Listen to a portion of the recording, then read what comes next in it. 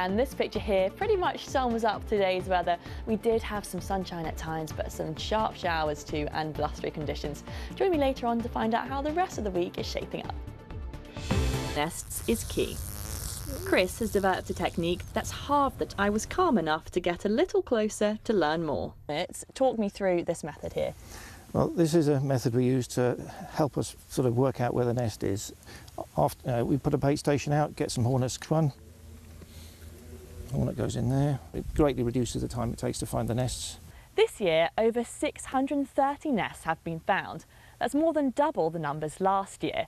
In the next few months, the nests will die off and the remaining hornets will go into hibernation. But even in this last week, another 13 nests were found. Oh, it's great work those volunteers are Weren't doing. they? Brilliant. You are Very brave. brave. Last time I did a story about bees, I got stung in the face. So I've been nowhere near those hornets. Hardly recognised you, did we? How did you and your camera woman stay so calm? Well, I think Vicky, who was on the camera there, did an extra good job because she had to keep that steady. I just had to sit and watch. But we were with the experts and they reassured us actually hornets don't tend to be aggressive near food. So a little bit of comfort there.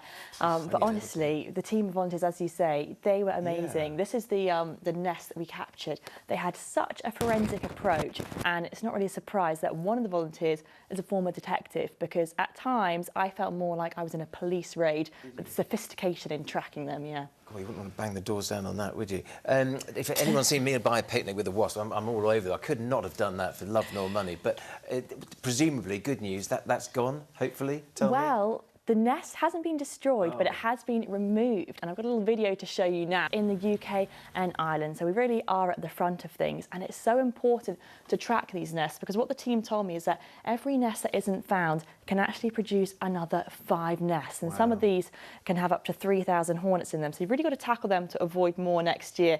And it's not just in the countryside either. Some nests have been found in town, in the hospital, in hotels, with hornets flying into shops as well. So they are all over. But let's have enough of that now and get a little check on the weather. Here's the details. Well, it has been a mixed bag of weather over the past few days. We had some sparkling sunshine at times on Saturday during the weekend, but as we've head through today, yes, some brightness here and there, but quite a blustery picture, and we have had some showers too, rather on the sharp side at times, but making for some stunning rainbow shots. Taking a look at what's still to come, it is going to be staying quite unsettled. A lot of cloud in the picture this week, so after today's brightness at times, we haven't got too much more of that to come. It is though going to be staying breezy, and we can expect rain and showers. The good news is if you are a dry weather fan, a lot of that wet weather arriving overnight. Can't rule out the risk of a shower in the day though, so best still to keep those umbrellas and rain jackets packed this week.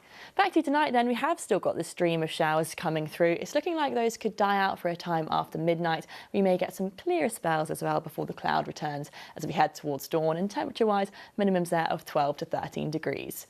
Heading into tomorrow, a mostly cloudy picture, perhaps the odd glimmer of brightness, but not as much sunshine as we've had today. The wind's still fairly fresh from that southerly direction, but it is going to be feeling mild temperature-wise, and notice not too many of those showers around tomorrow. So yes, you could be unlucky and get caught out by 1 or 2, but actually looking like a mostly dry day with highs of 16 degrees Celsius.